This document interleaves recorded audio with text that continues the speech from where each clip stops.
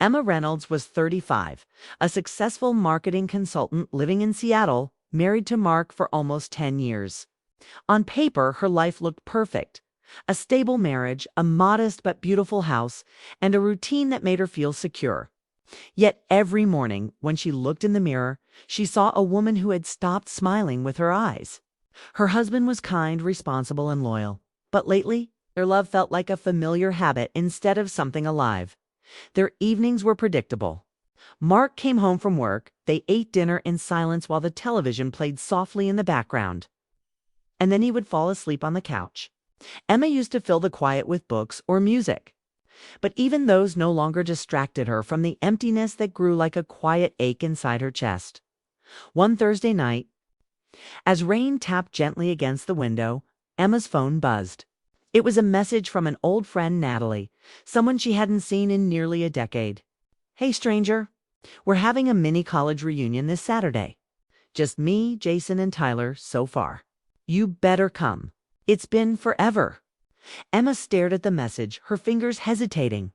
The names took her back to her early 20s, those carefree years when life was all energy and laughter. When they thought they could do anything. Natalie had always been the adventurous one.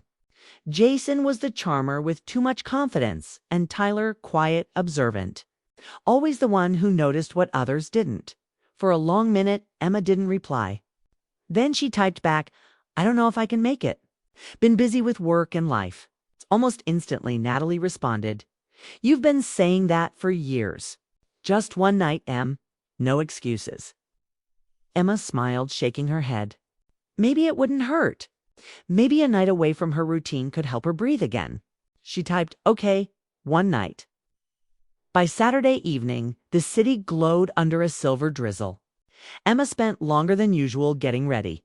Not for anyone in particular, but for herself. She slipped into a soft navy dress, curled her hair lightly, and looked in the mirror. For a second, she saw the girl she used to be, the one who laughed loudly and believed in second chances. The restaurant Natalie chose was downtown, warm lights, soft music, and a hum of weekend chatter. When Emma walked in, Natalie waved excitedly from across the room. "There she is. Look at you." Emma laughed as Natalie hugged her tightly.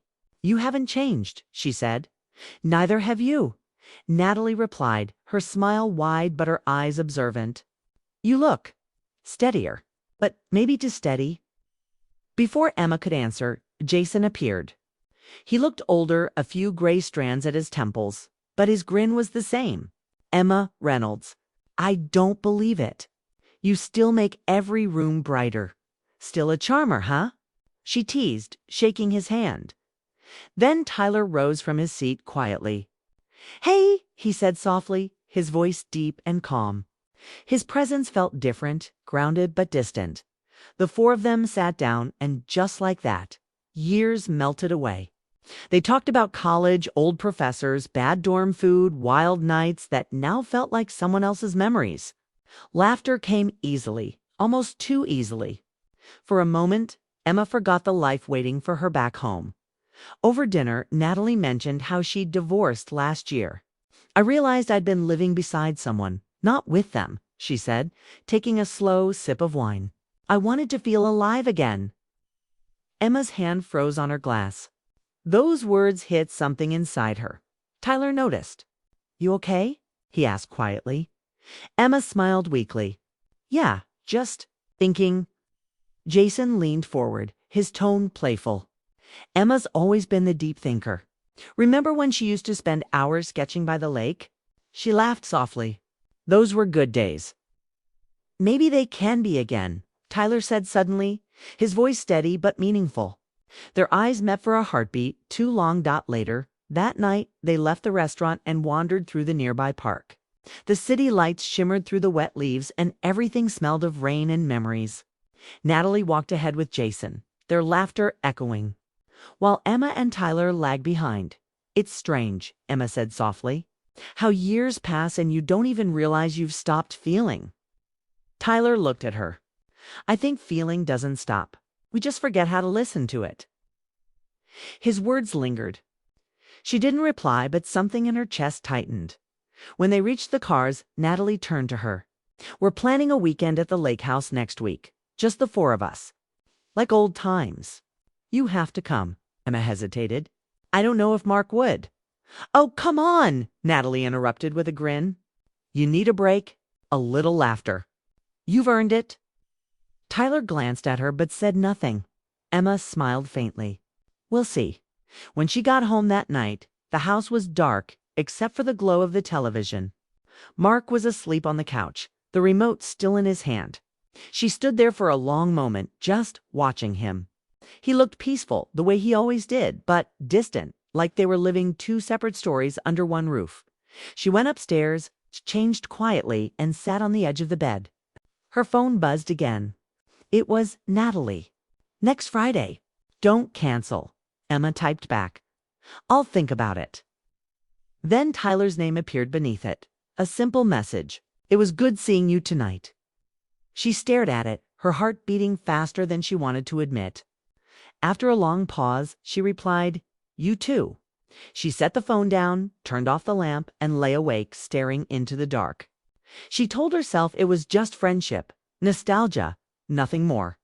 But in her heart, she knew something had shifted, something she couldn't name. Something dangerous and alive. Outside. The rain kept falling softly against the window, like the sound of time moving forward, and deep inside, Emma knew this wasn't just a reunion. It was the beginning of a test she didn't even realize she'd have to face. The following Friday arrived faster than Emma expected. The week had been a blur. Work meetings, quick dinners, and a quiet tension at home that neither she nor Mark talked about. He'd been distracted lately, often working late or scrolling through his phone during dinner. Emma didn't complain. She didn't even ask where his mind went. Somewhere between the years of comfort and distance. She had learned that silence was easier than confrontation. But that night, as she packed a small bag for the weekend trip, guilt tugged at her chest. She wasn't lying exactly. She'd told Mark she was going for a college reunion weekend with old friends. Still, she hadn't told him who those friends were. "Where's the reunion again?" he asked, half distracted, while tying his tie for an early meeting. "Up near the lake," she said, keeping her tone light. "Just a small gathering." "Natalie's idea?" He nodded without much interest. "Sounds good. You need a break." She smiled faintly. "Yeah, maybe I do." The drive to the lake house took nearly 3 hours. The road wound through tall pine trees, and the late spring air smelled of damp soil and blooming wildflowers. As she neared the house, she felt a strange mix of excitement and unease. Natalie's voice echoed before she even got out of the car. "Emma, you made it." The lake house was beautiful. Old wood, wide windows, and a back porch that looked out over the still silver water. Jason was grilling on the patio, humming to himself. While Tyler was setting out plates on the table, look who finally decided to join the fun. Jason teased, waving a spatula. "We were about to send a search party." Emma laughed. "I almost turned around twice." "Good thing you didn't," Natalie said, handing her a glass of lemonade. "This weekend is about forgetting the world." For a while, it felt like that was exactly what they did. The group spent the afternoon talking, cooking, and laughing about things that didn't matter. The air was filled with music and memories, and for the first time in years, Emma felt light again. As the sun began to set, the lake shimmered gold. They moved to the porch with wine and blankets, watching the water turn pink and violet under the fading sky. "Remember senior year?" Jason said, smiling. "The camping trip by that broken pier." "Oh, don't remind me," Natalie laughed. "You tried to cook fish on a stick and nearly burned down the whole forest." Tyler chuckled quietly. "And Emma had to save the day, as always." Emma smiled softly. "I think that was the first time I realized none of us were really adults yet." They laughed, but Tyler's eyes lingered on her for a moment longer. That look, calm, steady, unreadable, made her heart shift again. Later that night, Natalie and Jason decided to take a walk down the trail by the water.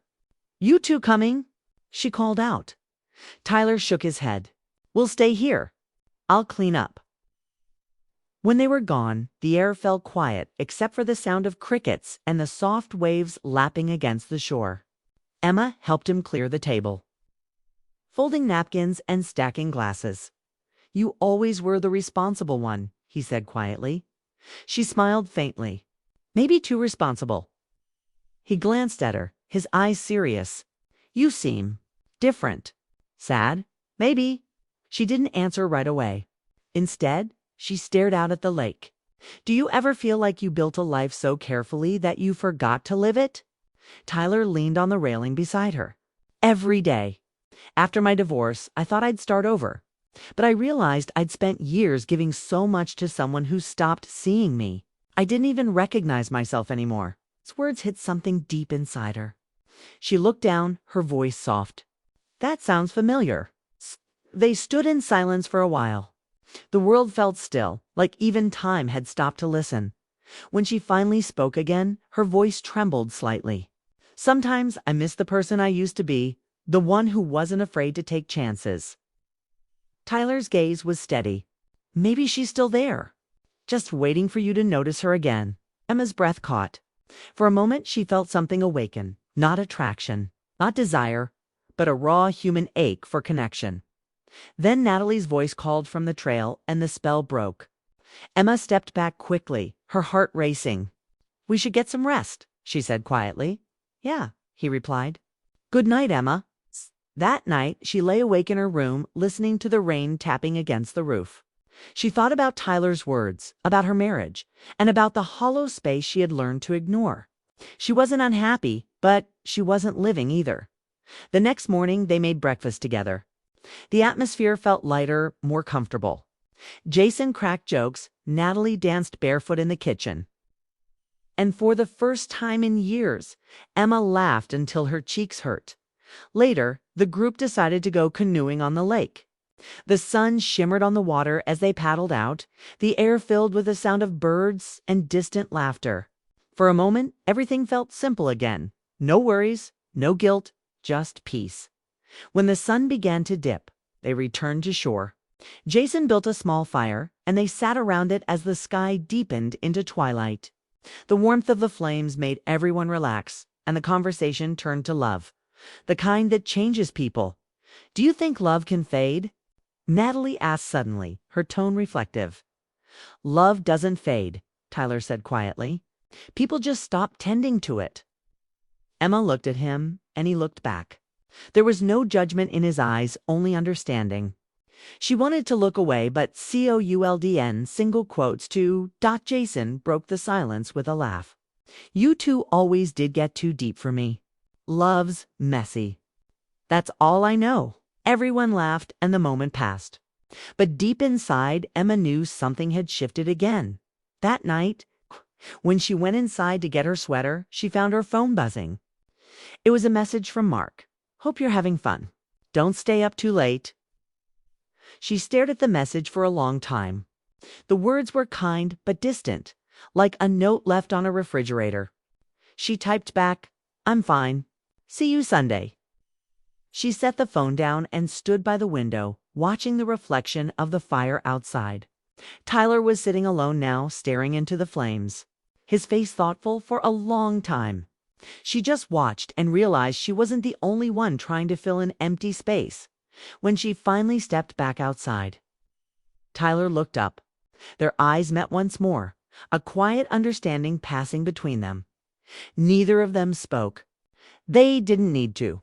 The fire crackled softly, and the night wrapped around them like a secret neither wanted to say aloud. And in that stillness, Emma realized the truth she had been avoiding. She wasn't searching for love. She was searching for herself. The rain began early Sunday morning. It fell in steady streams, tapping softly against the windows of the lake house. Emma stood by the window, a cup of coffee in her hand, watching the gray ripples move across the water. She felt calm but restless, as if the storm outside had found its echo inside her. The weekend had been beautiful and heavy all at once. There had been laughter, warmth, and the quiet comfort of being seen again. But beneath it all lay an unspoken truth, something that neither she nor Tyler dared to name. Natalie entered the kitchen, her hair in a loose bun, eyes sleepy. "You're up early," she said, reaching for a mug. "Couldn't sleep," Emma replied softly. Natalie smiled knowingly. "I get it. Sometimes silence is louder than noise." Emma looked at her, wondering if Natalie saw through her calm expression. She probably did. Old friends always did. By noon, the rain cleared. They packed up their bags, cleaned the kitchen, and loaded the cars. The air felt heavy with the weight of goodbyes. Same time next year. Jason asked, smiling as he closed the trunk. "Definitely," Natalie said, hugging Emma tightly. "Don't disappear again, okay?" Emma smiled faintly. "I won't." When she turned to Tyler, words failed her. He just gave a small nod. "Take care, Emma. You too." Their hands brushed for a second, accidental, brief, but enough to make her heart tighten. Then he walked away, and she stood there, realizing that something in her had quietly changed forever. The drive home felt longer than before. The closer she got to her neighborhood, the more her thoughts tangled. What did she want from her life now? What did she want from her marriage?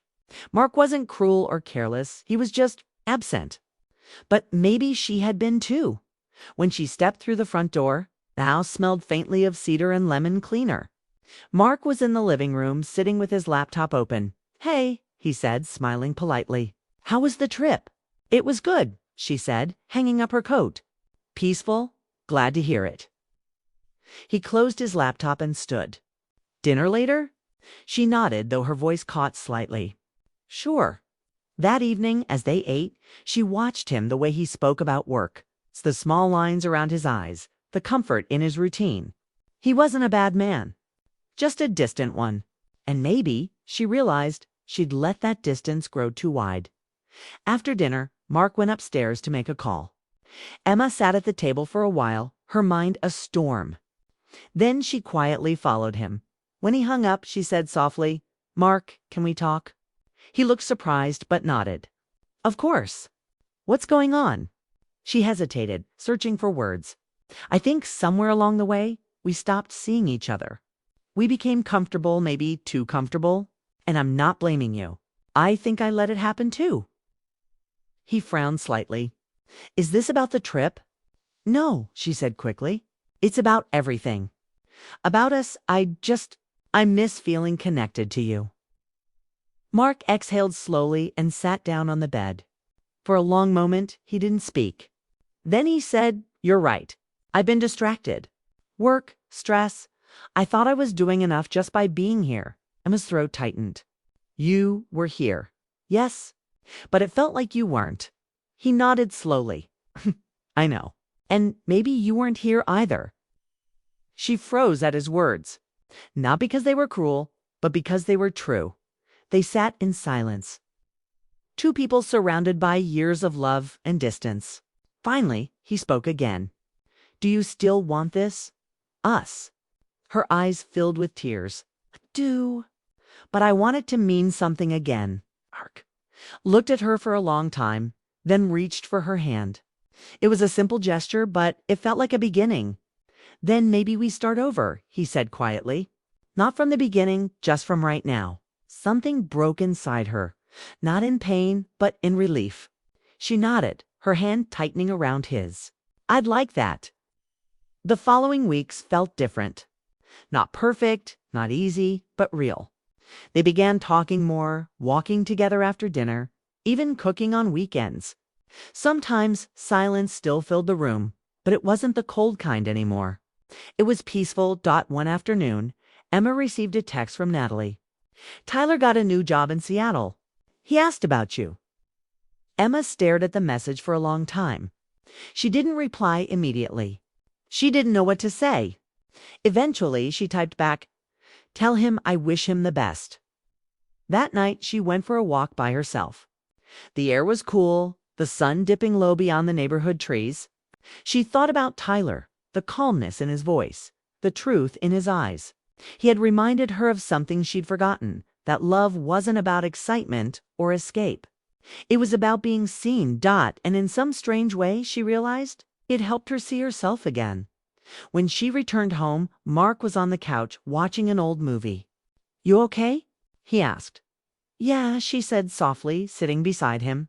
"I just needed some air." He smiled. "You've seemed lighter lately." She looked at him, her eyes gentle. "Maybe I am. Maybe I finally stopped running from my own life." He didn't fully understand what she meant, but he didn't need to. He just reached for her hand, and she let him. Months passed. Summer turned to fall. Life became simple again, but in a way that felt new. Emma started painting again, something she hadn't done in years. She met Natalie for lunch every few weeks, and sometimes they'd laugh about old times, letting nostalgia warm them without holding them back. One afternoon, while cleaning her closet, Emma found the small photo album from college, pictures of them by the lake, laughing, wild, free. There was one photo of her and Tyler sitting side by side, both smiling at the camera. She touched the picture gently, a small smile forming. It wasn't regret she felt, it was gratitude. Some people come into your life not to stay, but to help you remember who you are. She slipped the photo back into the album and closed it. When Mark came home that evening, she greeted him with a smile. "You're home early," she said. "Traffic was light," he replied, hanging his coat. "Want to go out for dinner?" She hesitated, then smiled warmly. "I'd love that." As they walked out together, the sky glowed with the soft colors of sunset. Emma felt something she hadn't in a long time: contentment. Not because everything was perfect, but because she was no longer lost. She had faced the truth, walked through the quiet storm of her own heart, and come out whole. And as she slipped her arm through Mark's, she whispered silently to herself, "Maybe love doesn't fade. It just waits for us to find it again."